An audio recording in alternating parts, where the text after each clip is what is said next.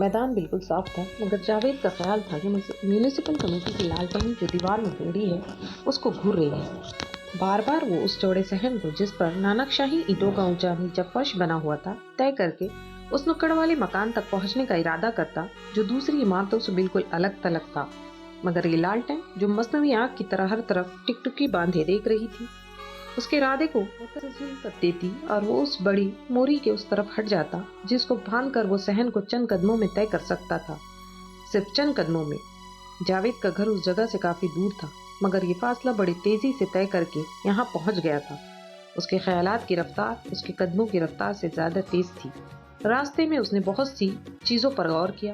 وہ بیوقوف نہیں تھا، اسے اچھی طرح معلوم تھا کہ ایک بیسوا کے پاس جا رہا ہے، اور اس کو اس بات کا بھی پورا شعور تھا کہ وہ کس غرض سے اس کے یہاں جانا چاہتا ہے۔ عورت، خواہ وہ کسی شکل میں ہو، عورت کی ضرورت اس کی زندگی میں یک بہ یک پیدا نہیں ہوئی تھی۔ ایک زمانے سے یہ ضرورت اس کے اندر آہستہ آہستہ شدت اختیار کرتی رہی تھی، اور اب دفتن اس نے محسوس کیا تھا کہ عورت کے بغیر وہ ایک لمحہ زندہ نہیں رہ سکتا۔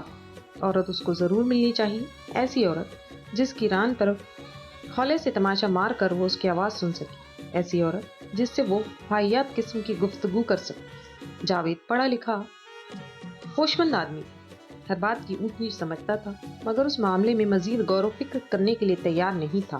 اس کے دل میں ایک ایسی خواہش پیدا ہوئی تھی جو اس کے لیے نئی نہ تھی۔ عورت کی قربت حاصل کرنے کی خواہش اس سے پہلے کئی بار اس کے دل میں پیدا ہوئی، اور اس خواہش کو پورا کرنے کے لیے انتہائی کوششوں کے بعد جب اسے نا امیدی کا سامنا کرنا پڑا تو وہ اس نتیجے پر پہنچا کہ اس کی زندگی میں سالم عورت کبھی نہیں آئے گی، اور اگر اس نے اس سالم عورت کی تلاش جاری رکھی تو کسی روز وہ دیوانے کتے کی طرح راہ چلتی عورت کو کاٹ کھائے گا۔ کاٹ کھانے کی حد تک اپنے ارادے میں ناکام رہنے کے بعد اب دفتن اس کے دل میں اس خواہش نے کروٹ بدلی تھی۔ اب کسی عورت کے بالوں میں اپنی انگلیوں سے کنگھی کرنے کا خیال اس کے دماغ سے نکل چکا تھا۔ عورت کا تصور اس کے دماغ میں موجود تھا، اس کے بال بھی تھے، مگر اب اس کی یہ خواہش تھی کہ وہ ان بالوں کو وحشیوں کی طرح کھینچے، نوچے، اکھیڑے۔ اب اس کے دماغ میں سے وہ عورت نکل چکی تھی جس کے ہونٹوں پر وہ اپنے ہونٹ اس طرح رکھنے کا ارادہ آرزومند تھا جسے تتلی پھولوں پر بیٹھتی ہے۔ اب وہ ان ہونٹوں کو اپنے گرم ہونٹوں سے داغنا چاہتا تھا۔ ہولے ہولے سرگوشیوں میں باتیں کرنے کا خیال بھی اس کے دماغ میں نہیں تھا۔ اب وہ بلند آواز میں باتیں کرنا چاہتا تھا، ایسی باتیں جو اس کے موجودہ ارادے کی طرح ننگی ہوں۔ اب سالم عورت اس کے پیش نظر نہیں تھی، وہ ایسی عورت چاہتا تھا جو گھس گھسا کر شکستہ حال مرد کی شکل اختیار کر گئی ہو، ایسی عورت جو آدھی عورت ہو اور آدھی کچھ بھی نہ ہو۔ ایک زمانہ تھا جب جاوید عورت کہتے وقت اپنی آنکھوں میں خاص قسم کی ٹھنڈک محسوس کیا کرتا تھا، جب عورت کا تصور اسے چاند کی ٹھنڈی دنیا میں لے جاتا تھا۔ وہ عورت کہتا تھا بڑی احتیاط سے، جسے اس کو اس بے جان لفظ کے ٹوٹنے کا ڈر ہو۔ ایک عرصے تک وہ اس دنیا کی سیر کرتا رہا، مگر انجام کار اس کو معلوم ہوا کہ عورت کی تمنا اس کے دل میں ہے، اس کی زندگی کا ایسا خواب ہے جو خواب مادے کے ساتھ دیکھا جائے۔ جاوید اب خوابوں کی دنیا سے باہر نکل آیا تھا۔ بہت دیر تک ذہنی طور پر وہ اپنے آپ کو بہلاتا رہا، مگر اب اس کا جسم خوفناک حد تک بیدار ہو چکا تھا۔ اس کے تصور کی شدت نے اس کی جسمانی حسیات کی نوک پلک سے کچھ اس طور پر نکالی تھی کہ اب زندگی اس کے لیے سوئیوں کا بستر بن گئی، ہر خیال ایک نشتر بن گیا، اور عورت اس کی نظروں میں ایسی شکل اختیار کر گئی جس کو وہ بیان بھی کرنا چاہتا تو نہ کر سکتا۔ جاوید کبھی انسان تھا، مگر اب انسانوں سے اسے نفرت تھی، اس قدر کہ اپنے آپ سے بھی متنفر ہو چکا تھا۔ یہی وجہ تھی کہ وہ خود کو ذلیل کرنا چاہتا تھا، اس طور پر کہ ایک عرصے تک اس کے خوبصورت خیال جن کو وہ اپنے دماغ میں پھولوں کی طرح سجا کے رکھتا رہا تھا غلاظت سے لتڑے رہے۔ مجھے نفاست تلاش کرنے میں ناکامی رہی ہے، لیکن غلاظت تو میرے چاروں طرف پھیلی ہوئی ہے۔ اب جی یہ چاہتا ہے کہ اپنی روح اور جسم کے ہر ذرے کو اس غلاظت سے آلودہ کر دوں۔ میری ناک جو اس سے پہلے خوشبوؤں کی متجسس رہی ہیں، اب بدبودار اور متعفن چیزیں سونگھنے کے لیے بےتاب ہیں۔ یہی وجہ ہے کہ میں نے آج اپنے پرانے خیالات کا چوغا اتار کر اس محلے کا رخ کیا ہے جہاں ہر شے ایک پراسرار تعفن میں لپٹی ہوئی نظر آتی ہے، یہ دنیا کس قدر بھیانک طور پر حسین ہے۔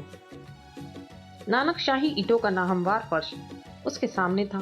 لالٹین کی بیمار روشنی میں جاوید نے اس فرش کی طرف اپنی بدلی ہوئی نظروں سے دیکھا تو اسے ایسا محسوس ہوا کہ بہت سی ننگی عورتیں اوندھی لیٹی ہیں، جن کی ہڈیاں جا بجا ابھر رہی ہیں۔ اس نے ارادہ کیا کہ اس فرش کو طے کر کے نکڑ والے مکان کی سیڑھیوں تک پہنچ جائے اور کوٹھے پر چڑھ جائے، مگر میونسپل کمیٹی کی لالٹین غیر مختتم ٹکٹکی باندھے اس کی طرف گھور رہی تھی۔ اس کے بڑے ہوئے قدم رک گئے اور وہ بھننا سا گیا۔ یہ لالٹین مجھے کیوں گھور رہی ہے؟ یہ میرے راستے میں کیوں روڑے اٹکاتی ہے؟ وہ چاہتا تھا کہ یہ محض واہمہ ہے اور اصلیت سے اس کا کوئی تعلق نہیں، لیکن پھر بھی اس کے قدم رک جاتے تھے اور وہ اپنے دل میں تمام بھیانک ارادے لیے موری کے اس پار رہ جاتا تھا۔ وہ یہ سمجھتا تھا کہ اس کی زندگی کی 27 برسوں کی جھجک جو اسے ورثے میں ملی تھی اس لالٹین میں جمع ہو گئی۔ یہ جھجک اس کو پرانی کینچیلی کی طرح اتار کر وہ اپنے گھر چھوڑ آیا تھا۔ اس سے پہلے وہاں پہنچ چکی تھی جہاں اسے اپنی زندگی کا سب سے بھدا کھیل کھیلنا تھا، ایسا کھیل جو اسے کیچڑ میں لت پت کر دے، اس کی روح کو ملوث کر دے۔ ایک میلی کچیلی عورت اس مکان میں رہتی تھی۔ اس کے پاس 4-5 عورتیں تھیں جو رات کے اندھیرے اور دن کے اجالے میں یکساں بھدے پن سے پیشہ کیا کرتی تھی۔ یہ عورتیں گندی موری سے غلاظت نکالنے والے پمپ کی طرح چلتی رہتی تھی۔ جاوید کو اس قباہ خانے کے متعلق اس کے ایک دوست نے بتایا تھا جو حسن و عشق کی تلاش کئی مرتبہ اس قبرستان میں دفن کر چکا تھا۔ جاوید سے وہ کہا کرتا تھا، تم عورت عورت پکارتے ہو، عورت ہے کہاں؟ مجھے تو اپنی زندگی میں صرف ایک عورت نظر آئی جو میری ماں تھی۔ مستورات البتہ دیکھی ہیں اور ان کے متعلق سنا بھی ہے، لیکن جب کبھی عورت کی ضرورت محسوس ہوئی ہے تو میں نے مائی جیواں کے کوٹھے کو اپنا بہترین رفیق پایا ہے۔ بخدا مائی جیواں عورت نہیں فرشتہ ہے، خدا اس کو خضر کی عمر عطا فرمائے۔ جاوید مائی جیواں اور اس کے یہاں کی 4-5 پیشہ کرنے والی عورتوں کے متعلق بہت کچھ سن چکا تھا۔ اس کو معلوم تھا کہ ان میں سے ایک ہر وقت گہرے رنگ کے شیشے والا چشمہ پہنے رہتی ہے، اس لیے کہ کسی بیماری کے باعث اس کی آنکھیں خراب ہو چکی ہیں۔ ایک کالی کلوٹی لونڈیا ہے جو ہر وقت ہنستی رہتی ہے۔ اس کے متعلق جاوید جب سوچتا تو عجیب و غریب تصویر اس کی آنکھوں کے سامنے کھینچ جاتی۔ مجھے ایسی ہی عورت چاہیے جو ہر وقت ہنستی رہے۔ ایسی عورتوں کو ہنستے ہی رہنا چاہیے۔ جب وہ ہنستی ہوگی تو اس کے کالے کالے ہونٹ یوں کھلتے ہوں گے جیسے بدبودار گندے پانی میں میلے بلبلے بن کر اٹھتے ہیں۔ مائی جیوا کے پاس ایک اور چھوکری بھی تھی جو باقاعدہ طور پر پیشہ کرنے سے پہلے گلیوں اور بازاروں میں بھیک مانگا کرتی تھی۔ اب ایک برس سے وہ اس مکان میں تھی جہاں 18 برسوں سے یہی کام ہو رہا تھا۔ یہ اب پاؤڈر اور سرخی لگاتی تھی۔ جاوید اس کے متعلق بھی سوچتا، اس کے سرخی لگے گال بالکل داغدار سیبوں کے مانند ہوں گے جو ہر کوئی خرید سکتا ہے۔ ان 4 یا 5 عورتوں میں سے جاوید کی کسی خاص پر نظر نہیں تھی۔ مجھے کوئی بھی مل جائے، میں چاہتا ہوں کہ مجھ سے دام لیے جائیں اور کھٹ سے ایک عورت میری بغل میں تھما دی جائے۔ ایک سیکنڈ کی دیر نہ ہونی چاہیے، کسی قسم کی گفتگو نہ ہو، کوئی نرم نازک فقرہ منہ سے نہ نکلنے پائے، قدموں کی چاپ سنائی دے، دروازہ کھلنے کی کھڑکھڑاہٹ پیدا ہو، روپے کھنکھنائیں اور آوازیں بھی آئیں مگر منہ بند رہے۔ اگر آواز نکلے تو ایسی جو انسانی آواز معلوم نہ ہو۔ ملاقات ہو بالکل حیوانوں کی طرح، تہذیب و تمدن کے صندوق میں تالا لگ جائے۔ تھوڑی دیر کے لیے ایسی دنیا آباد ہو جائے جس میں سونگھنے، دیکھنے اور سننے کی نازک سیاہ زنگ لگے اسپرے کے مانند کند ہو جائے۔ جاوید بے چین ہو گیا۔ ایک الجھن سی اس کے دماغ میں پیدا ہو گئی۔ ارادہ اس کے اندر اتنی شدت اختیار کر چکا تھا کہ اگر پہاڑ بھی اس کے راستے میں ہوتے تو وہ ان سے بھڑ جاتا، مگر میونسپل کمیٹی کے ایک اندھی لالٹین جس کو ہوا کا ایک جھونکا بجھا سکتا تھا اس کی راہ میں بہت بری طرح حائل ہو گئی تھی۔ اس کی بغل میں پان والے کی دکان کھلی تھی۔ تیز روشنی میں اس کی چھوٹی سی دکان کا اسباب اس قدر نمایاں ہو رہا تھا کہ بہت سی چیزیں نظر نہیں آتی تھی۔ بجلی کے کمکمے کے ارد گرد مکھیاں اس انداز سے اڑ رہی تھی جیسے ان کے پر بوجھل ہو رہے ہیں۔ جاوید نے جب ان کی طرف دیکھا تو اس کی الجھن میں اضافہ ہو گیا۔ وہ نہیں چاہتا تھا کہ اسے کوئی سست رفتار چیزیں نظر آئے۔ اس کا کر گزرنے کا ارادہ جو وہ اپنے گھر سے لے کر یہاں آیا تھا ان مکھیوں کے ساتھ ساتھ بار بار ٹکرایا، اور وہ اس کے احساس سے اس قدر پریشان ہوا کہ ایک ہلڑ سا اس کے دماغ میں مچ گیا تھا۔ میں ڈرتا ہوں، میں خوف کھاتا ہوں، اس لالٹین سے مجھے ڈر لگتا ہے، میرے تمام ارادے اس نے تباہ کر دیے ہیں، میں ڈرپوک ہوں، میں ڈرپوک ہوں، لعنت ہو مجھ پر۔ اس نے کئی لعنتیں اپنے آپ پر بھیجی مگر خاطر خواہ اثر پیدا نہ ہوا۔ اس کے قدم آگے نہ بڑھ سکی۔ نانک شاہی اینٹوں کا ناہموار فرش اس کے سامنے لپٹا رہا۔ گرمیوں کے دن تھے، نصف رات گزرنے پر بھی ہوا ٹھنڈی نہیں ہوئی تھی۔ بازار میں آمد و رفت بہت کم تھی۔ گنتی کی چند دکانیں کھلی ہوئی تھی۔ فضا خاموشی میں لپٹی ہوئی تھی۔ البتہ کبھی کبھی کسی کوٹھے سے ہوا کے گرم جھونکے کے ساتھ تھکی ہوئی موسیقی کا ایک ٹکڑا اڑ کر ادھر چلا آتا تھا اور گاڑھی خاموشی میں گھل جاتا تھا۔ جاوید کے سامنے یعنی مائی جیوا کے ہابا خانے سے ادھر ہٹ کر بڑے بازار میں جو دکانوں کی اوپر کوٹھوں کی ایک قطار تھی اس میں کئی جگہ زندگی کے آثار نظر آ رہے تھے۔ اس کے بالمقابل کھڑکی میں تیز روشنی کے کمکمے کے نیچے ایک سیاہ فام عورت بیٹھی پنکھا جھول رہی تھی۔ اس کے سر کے اوپر بجلی کا بلب جل رہا تھا اور ایسا دکھائی دیتا تھا کہ سفید آگ کا ایک گولا ہے جو پگھل پگھل کر اس ویشیا پر گر رہا ہے۔ جاوید اس سیاہ فام عورت کے متعلق کچھ غور کرنے ہی والا تھا کہ بازار کے اس سرے سے جو اس کی آنکھوں سے اوجھل تھا بڑے بھدے ناروں کی صورت میں چند آوازیں بلند ہوئی۔ تھوڑی دیر کے بعد تین آدمی جھومتے جھامتے شراب کے نشے میں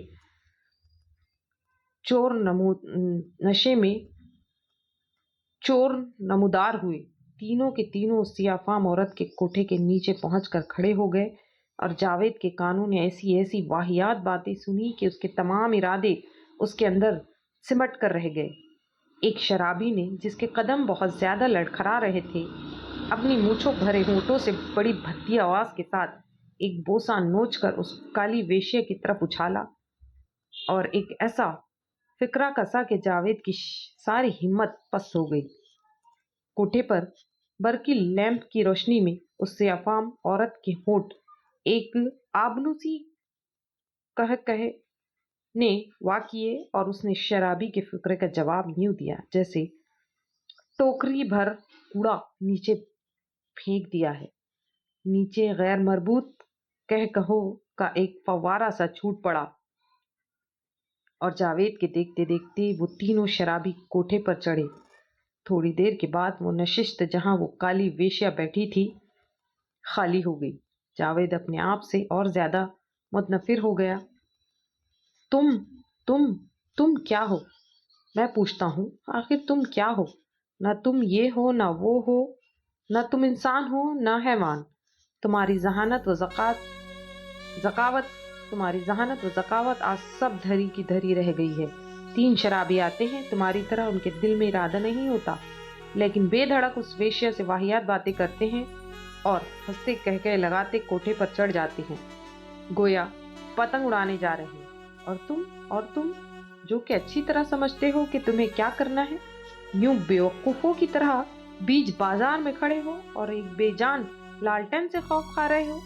تمہارا ارادہ قدر صاف اور شفاف ہے لیکن پھر بھی تمہارے قدم آگے نہیں بڑھتے، لعنت ہو تم پر۔ جاوید کے اندر ایک لمحے کے لیے خود انتقامی کا جذبہ پیدا ہوا۔ اس کے قدموں میں جنبش ہوئی اور موری پھاند کر وہ مائی جیوا کے کوٹے کی طرف بڑھا۔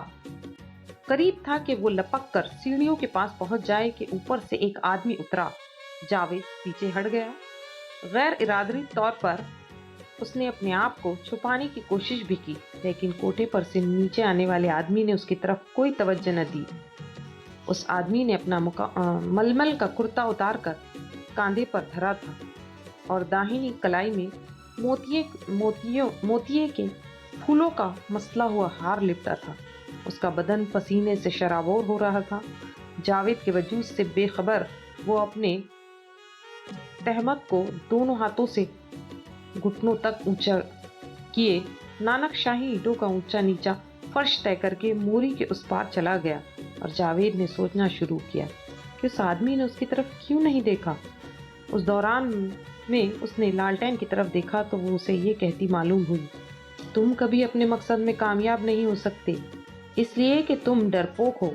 یاد ہے تمہیں پچھلے برس برسات میں جب تم نے اس ہندو لڑکی اندرا سے اپنی محبت کا اظہار کرنا چاہا تو تمہارے جسم میں شکست نہیں ہو رہی تھی؟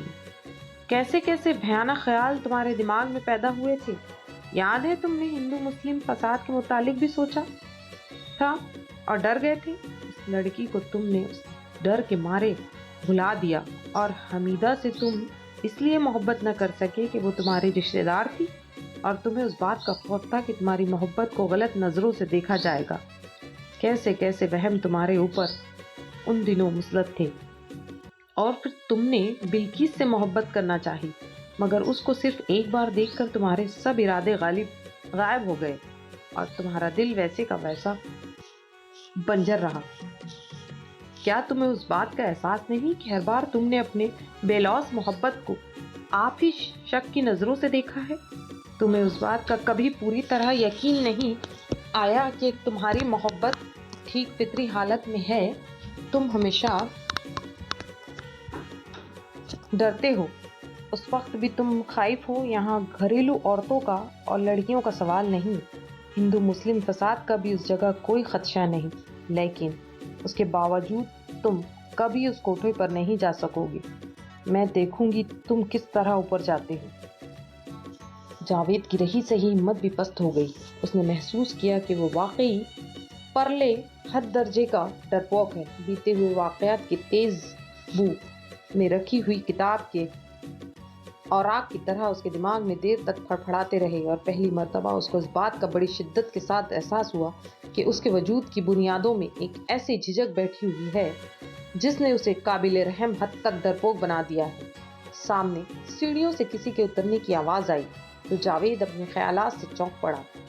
وہی جو گہرے رنگ کے شیشوں والی اینک پہنی تھی اور جس کے متعلق وہ کئی بار اپنے دوست سے سن چکا تھا، سیڑھیوں کے اختتامی چبوترے پر کھڑی تھی۔ جاوید گھبرا گیا، قریب تھا کہ وہ آگے سرک جائے۔ اس نے بڑے بھدے طریقے پر اسے آواز دی، اجی ٹھہر جاؤ میری جان، گھبراؤ نہیں، آؤ آؤ۔ اس کے بعد اس نے پچکارتے ہوئے کہا، چلے آؤ، آ جاؤ۔